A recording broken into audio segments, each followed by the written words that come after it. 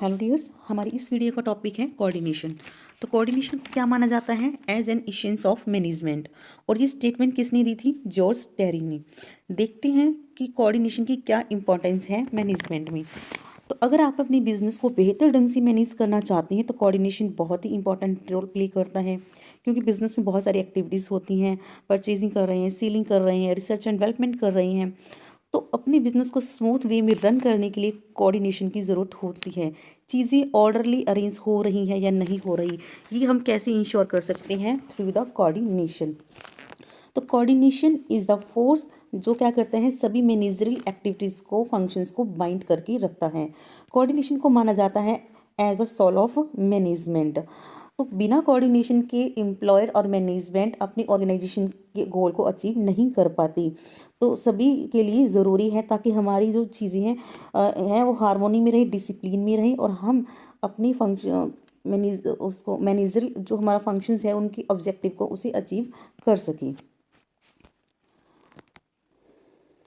तो coordination is needed to perform all the functions of management. देखते हैं कैसे।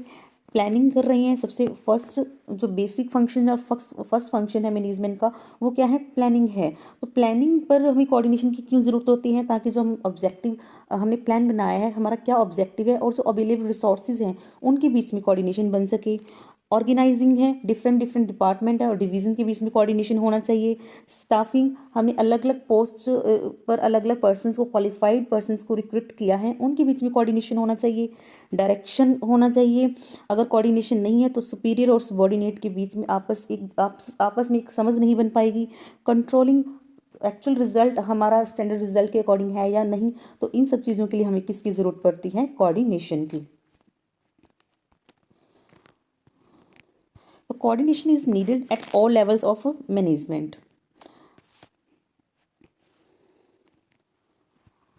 Top level, middle level, lower level, सभी levels पर हमें मैनेजमेंट की नीड होती है।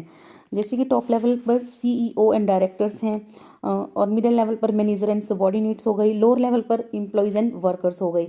सभी लेवल्स पर एक एफिशिएंटली काम करने के लिए कोऑर्डिनेशन की ज़रूरत पड़ती है। तो देखिए, इस टॉपिक में से क्वेश्चन बहुत बार पूछे जा चुके हैं। लास्ट टाइम जब फैब में केवीएस का एग्जाम हुआ था तब भी बहुत सारे क्वेश्चंस थे। देखते हैं कैसे कैसे क्वेश्चंस आ सकते हैं आपके एग्जाम में। फर्स्ट है, coordination is considered to be the essence of management because. Coordination को एसेंस क्यों माना जाता है? फर्स्ट हमारा ऑप्शन है, it is a common thread that runs through all the activities within the organisation. ये भी हमारा सही है। It is implicit and inherent in all the functions of management.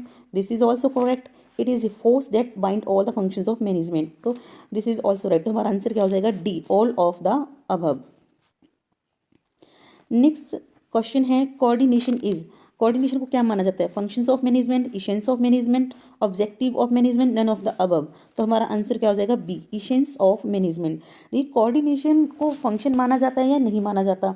Coordination एक सेपरेट फंक्शन नहीं है, बल्कि मैनेजमेंट के हर फंक्शंस के में इनहेरेंट होता है, लेकिन सेपरेट फंक्शन नहीं माना जाता कोऑर्डिनेशन को। नेक्स्ट हमारा क्वेश्चन है,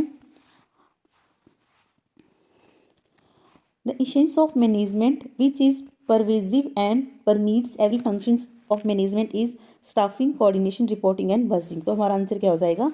कोऑर्डिनेशन। आई होप आपको वीडियो अच्छी लगी होगी। Thank you.